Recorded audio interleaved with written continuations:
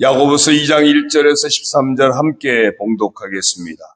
내 형제들아, 영광의 주, 곧 우리 주 예수 그리스도에 대한 믿음을 너희가 가졌으니 사람을 차별하여 대하지 말라. 만일 너희 회당에 금가락지를 끼고 아름다운 옷을 입은 사람이 들어오고 또 남루한 옷을 입은 가난한 사람이 들어올 때 너희가 아름다운 옷을 입은 자를 눈여겨보고 말하되 여기 좋은 자리에 앉으소서 하고 또 가난한 자에게 말하되 너는 거기 서 있든지 내 발등상 아래에 앉으라 하며 너희끼리 서로 차별하며 악한 생각으로 판단하는 자가 되는 것이 아니냐.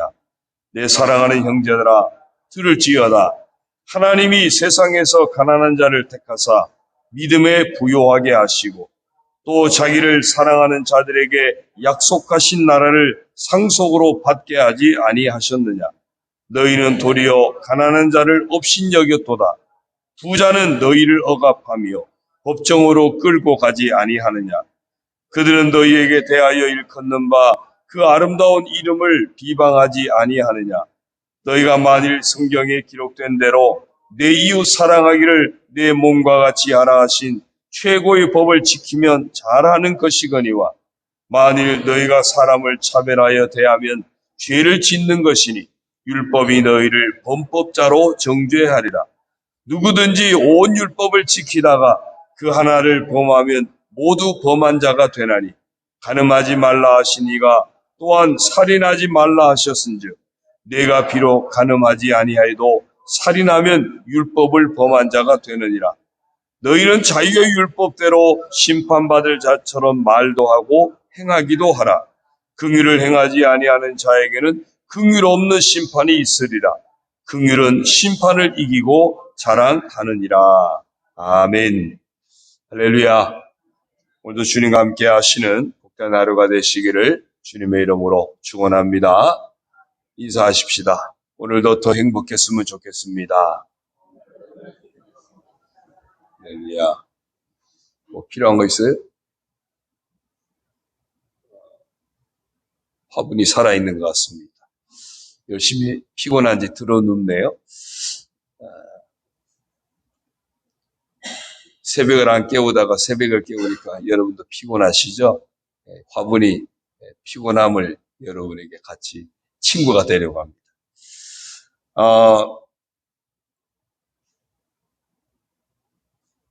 교회는 하나님께서 예수 그리스도를 통하여 세우시고 성령께서 역사하심으로 지켜가는 소중한 공동체라고 어제 말씀드렸습니다.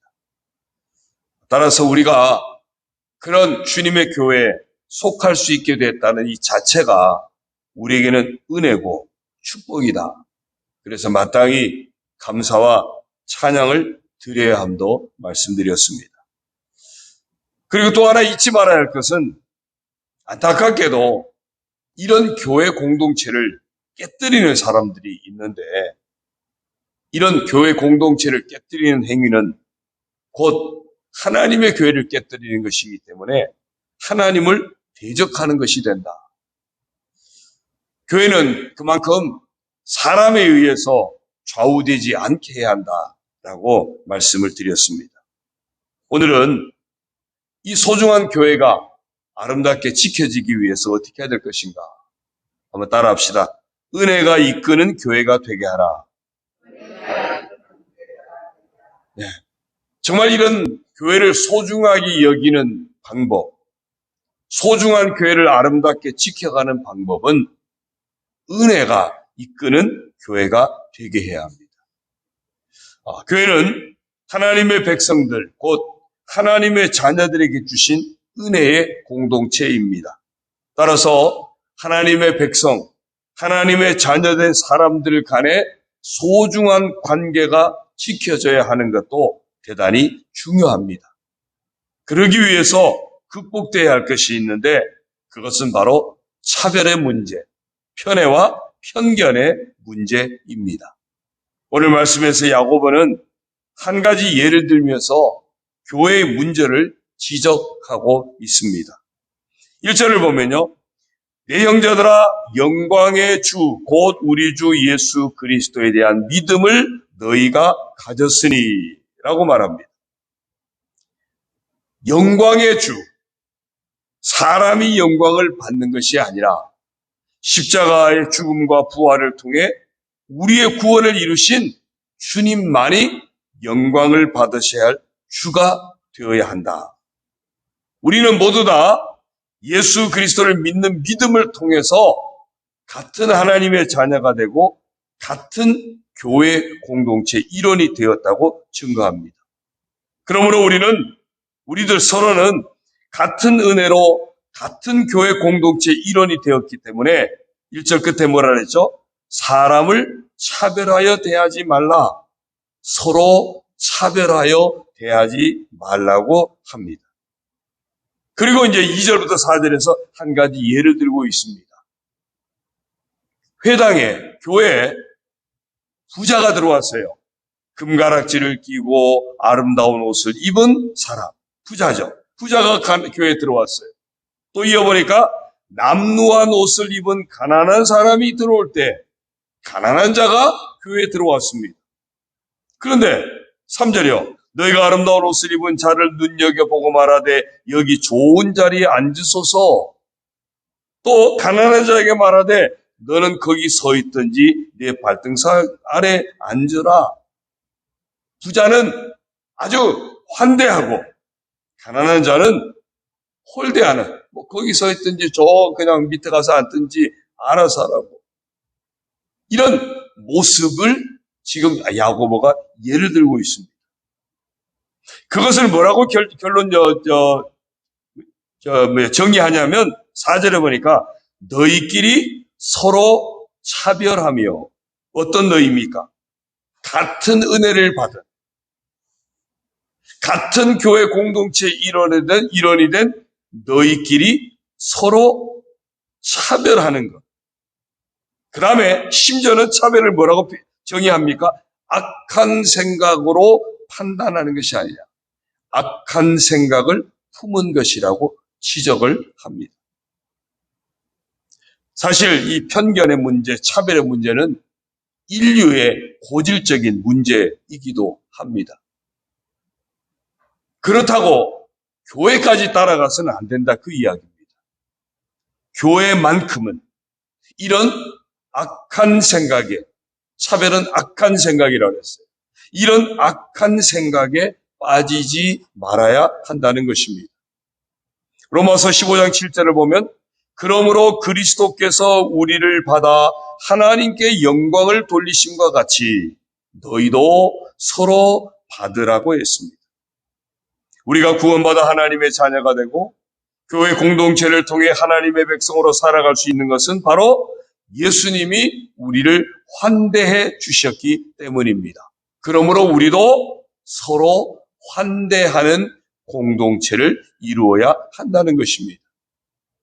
계속해서 이어진 오늘 본문 5절부터 13절까지에서는 왜 이 차별의 문제가, 편애와 편견이 문제인지를 지적합니다. 이 말씀을 반대로 보면요, 어떻게 하면 은혜가 이끌어가는 교회가 되게 할 것인가에 대한 대답이기도 합니다. 네 가지를 볼 수 있는데요. 첫째로 은혜로운 교회는 언제나 하나님의 은혜만 드러나게 됩니다. 반대로 보면 편애와 편견에 사로잡힌 교회는 하나님의 은혜를 드러내지를 못해요. 하나님 영광을 가리게 되죠. 5절 상반절을 보니까 내 사랑하는 형제들아 들을지어다. 하나님이 세상에서 가난한 자를 택하사 믿음에 부요하게 하시고, 우리의 실상을 정확하게 이야기하고 있습니다. 우리는 모두 다 세상에서 죄로 인해 사망의 몸에 매여 있던 진짜 가난한 사람들이었습니다. 구원받을 길은 전혀 없는, 하나님의 은혜와 사랑을 받을 길은 전혀 없는, 그야말로 죄로 죽은 몸, 영적으로 보면 이보다 더 가난한 사람이 어디 있습니까? 아무것도 없는 진짜 가난한 사람들이었습니다. 이런 우리에게 하나님은 예수 그리스도를 믿는 믿음을 통해서 하나님의 자녀가 되는, 세상 그 어떤 부귀로도 얻을 수 없는 예수 그리스도 안에서 하나님의 자녀가 되는 참된 부요함에 이르게 하셨다는 겁니다. 세상 부요가 기준이 되는 그런 삶을 뛰어넘는, 그것과 비교할 수 없는 하나님의 자녀가 되는 참된 부요를 얻은 하나님의 은혜를 받은 사람이 되었다는 겁니다. 그래서 은혜로운 교회는 언제나 우리로 하여금 참된 부요를 얻게 하신 이런 하나님의 은혜만 드러나게 되어 있다는 것입니다. 두 번째, 은혜로운 교회는 언제나 하나님 나라만 드러냅니다. 반대로 편애와 편견에 사로잡힌 교회는 하나님 나라가 아니라 늘 세상 나라를 드러내려고 합니다. 세상 가치를 늘 추구하고 있다는 이야기는 세상 나라를 드러내는 곳이 되는 거예요. 5절 하반절부터 7절까지를 보면요, 5절에 또 자기를 사랑하는 자들에게 약속하신 나라를 상속으로 받게 하지 아니하셨느냐. 우리가 누굽니까? 모두 다 하나님 나라 상속을 약속받은 사람이에요. 세상 나라가 아닙니다. 변하지 않고 쇠하지 않고 없어지지 않는 영원한 하나님 나라 상속을 약속받은 사람들이 예수 믿는 우리들입니다. 그런데 6절이요. 너희는 도리어 가난한 자를 업신여겼도다. 부자는 너희를 억압하며 법정으로 끌고 가지 아니하느냐. 그들은 너희에게 대하여 일컫는 바 그 아름다운 이름을 비방하지 아니하느냐.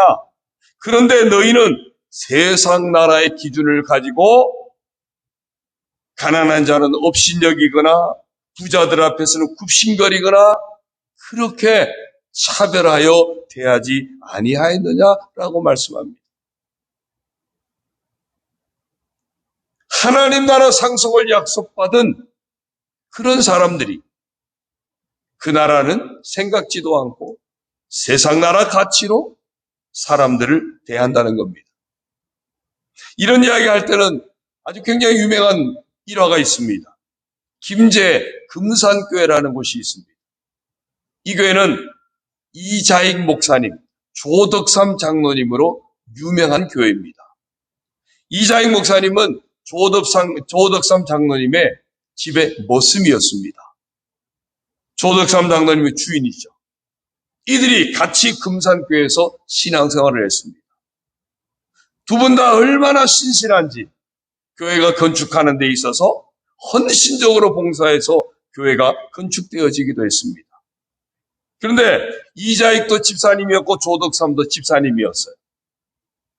이제 교회 건축이 끝나고 교회 장로를 세우는데 이자익 집사님도 장로 후보가 되고 조덕삼 집사님도 장로 후보가 된 거예요. 근데 투표를 했는데 압도적으로 머슴인 이자익 집사님이 장로로 뽑힌 거예요. 이 조덕삼 집사님이 주인이니까 얼마나 자존심이 상하겠습니까? 그런데 놀랍게도 이 조덕삼 집사님은 전혀 자존심을 내세우지 않습니다. 집에 돌아가면 자기 집의 머슴일지 몰라도 교회에 들어오면은 장로님이에요. 이 조덕삼 집사님은 교회 생활 속에서는 이 이자익 장로님을 뜻이 예호하면서 앞장서서 교회를 이끌어갈 수 있도록 적극적인 후원자가 되어줍니다. 그러다가 어느 날 이자익 장로님이 신학의 뜻을 품게 돼요. 그래서 김제는 시골 아닙니까? 이제 신학을 하러 떠나게 됩니다. 신학을 하는 동안에 이 조덕삼 집사님, 물론 그분도 나중에 장로님이 되었어요. 이 장로님이 적극적으로 후원을 합니다. 유학까지 하게 합니다. 그리고 나중에 이 목사님이 돌아와서 교회를 부임하는데 바로 이 김제 금산교회 담임 목사로 부임하게 됩니다. 이 조덕삼 장로님은 과거에 자기의 모습이었던 이 이자익 목사님을 모시고 끝까지 그 목사님이 마음껏 목회할 수 있도록 돕는 그런 사역자로 조덕삼 장로님이 계셨다는 거예요. 그래서 아주 이 김제 금산교회는 이자익 목사님, 조덕삼 장로님 이 이야기가 아주 자랑거리고 지금까지도 100년이 넘는 아마 교회로 알고 있는데요. 저 자랑스러운 전통으로 지켜지고 있다고 합니다. 여러분, 바로 이런 모습이 하나님 나라의 모습 아니겠습니까? 이처럼 은혜로운 교회는 오직 하나님 나라만 드러내게 되어 있습니다. 세 번째, 은혜로운 교회는 이웃 사랑하기를 내 몸과 같이 하라고 하신 하나님 나라의 법을 드러내는 교회가 되어집니다.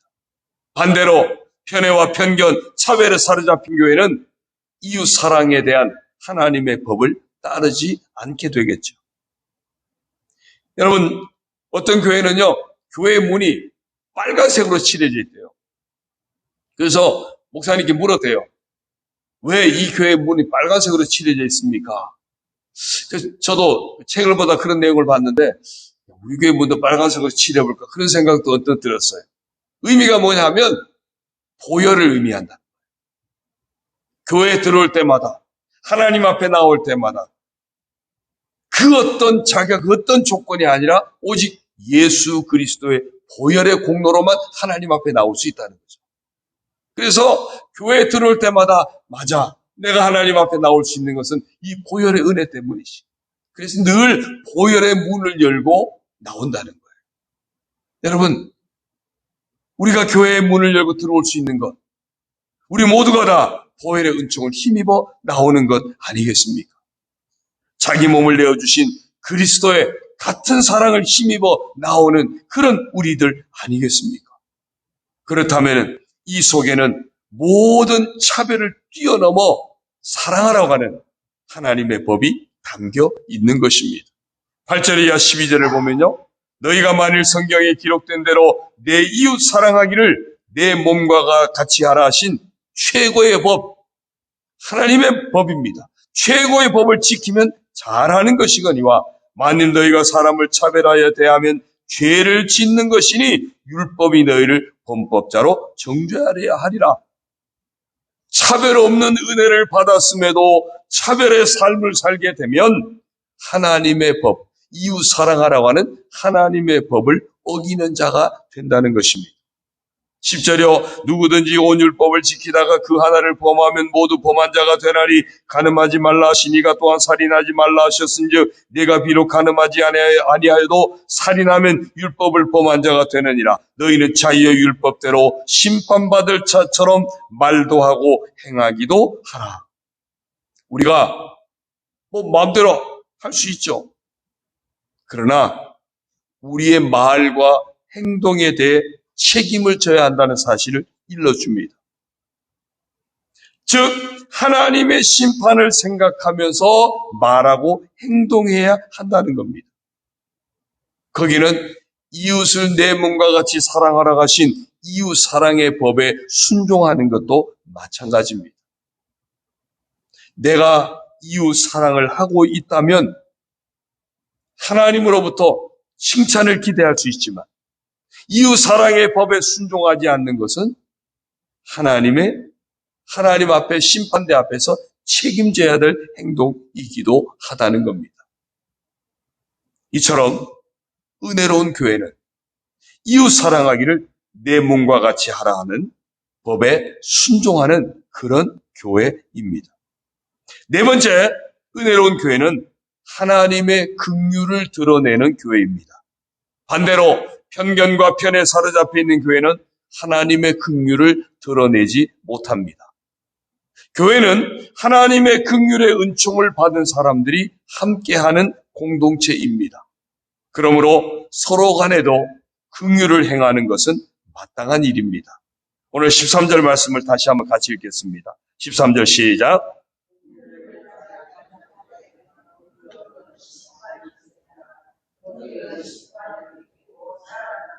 아멘. 야고보는요, 예수님의 팔복의 말씀을 뒤집어 표현하고 있습니다. 팔복 가운데 마태복음 5장 7절을 보면 긍휼히 여기는 자는 복이 있나니 그들이 긍휼히 여김을 받을 것이며 라고 했습니다. 여러분, 이 말씀을 반대로 표현하면 뭐죠? 긍휼히 여기지 않는 자는 저주가 있나니 그들이 긍휼히 여김을 받지 못할 것이며 라고 할 수 있습니다. 바로 그 이야기를 야고보가 긍휼을 행하지 아니하는 자에게는 긍휼 없는 심판이 있으리라고 말하고 있습니다. 우리가 이 말씀을 듣고도 긍휼을 실천하지 못하고 계속해서 편견과 편애에 차별에 사로잡혀 있다면 그들은 삶의 끝에서 결국 긍휼 없는 심판을 받게 된다는 겁니다. 이것은 결과적으로 구원받는 믿음이 전혀 없음을 증명하게 된다는 거예요. 하나님의 긍휼의 은총을 받아서 구원받았다.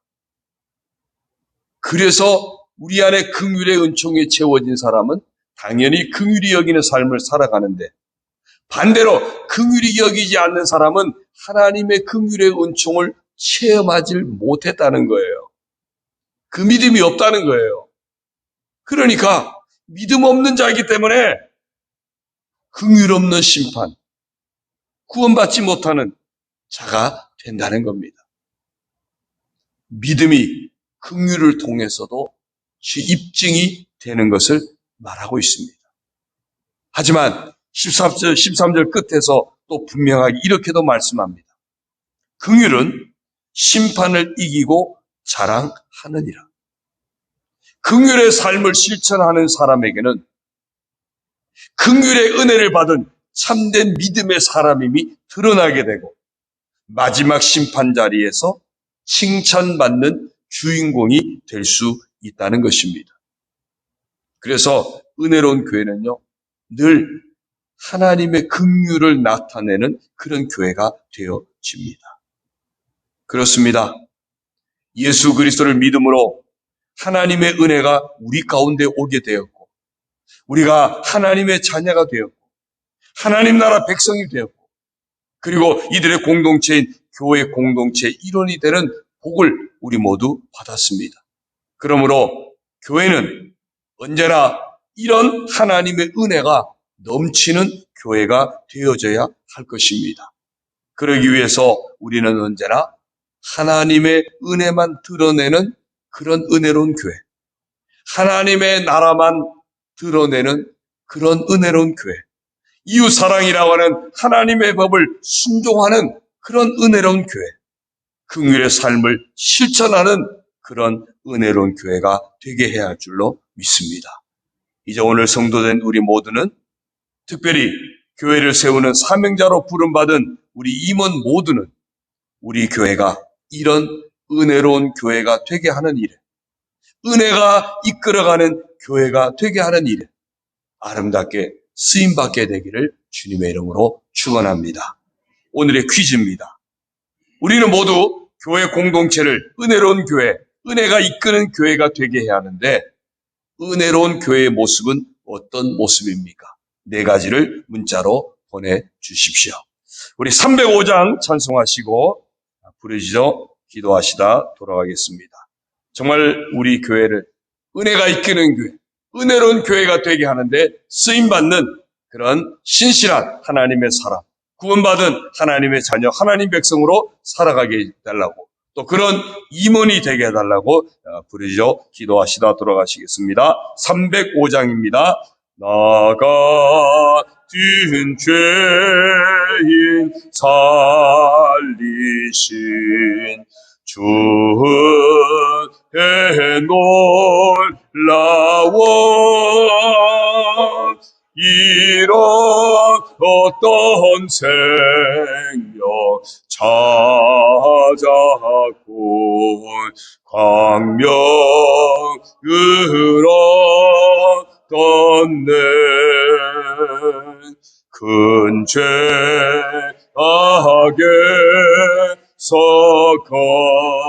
건지신 주의 고마워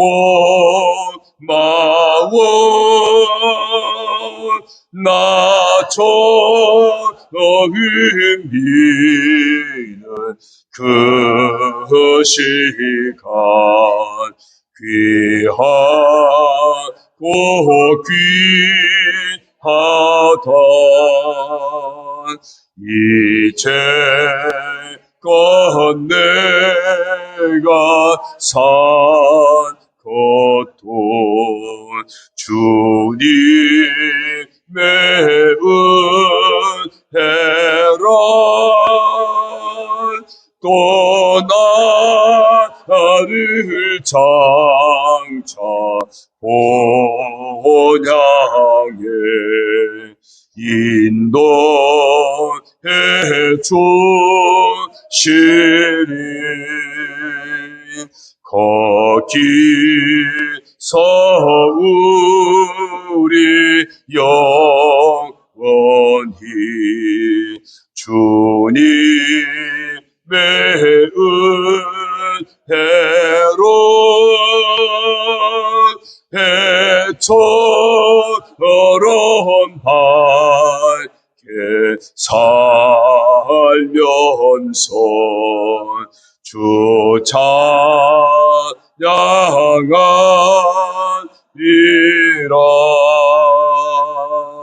우리 함께 부르짖어 동서로 기도하겠습니다. 주여 할렐루야. 하나님 아버지 감사합니다. 아버지 하나님 저희들 아버지 은혜로 구원받아 하나님의 자녀가 되게 하시고 은혜로 구원받아 하나님 나라 백성이 되게 하시고 하나님 나라 백성을 할 아버지의 교회 공동체 일원이 되게 하신 것 감사합니다. 교회를 세우는 임원으로 아버지 저희들이 부름받게 하시니 감사합니다. 하나님 아버지 저희가 우리 교회를 지키되 은혜로운 교회로 지켜가고 세워가는 저희를 되게 하여 주옵소서. 은혜가 이끄는 교회가 되게 하는 신실한 하나님의 사람 하나님의 일꾼 아버지 하나님의 주의 일꾼 아버지 임원의 대로 아버지 축복하여 주옵소서.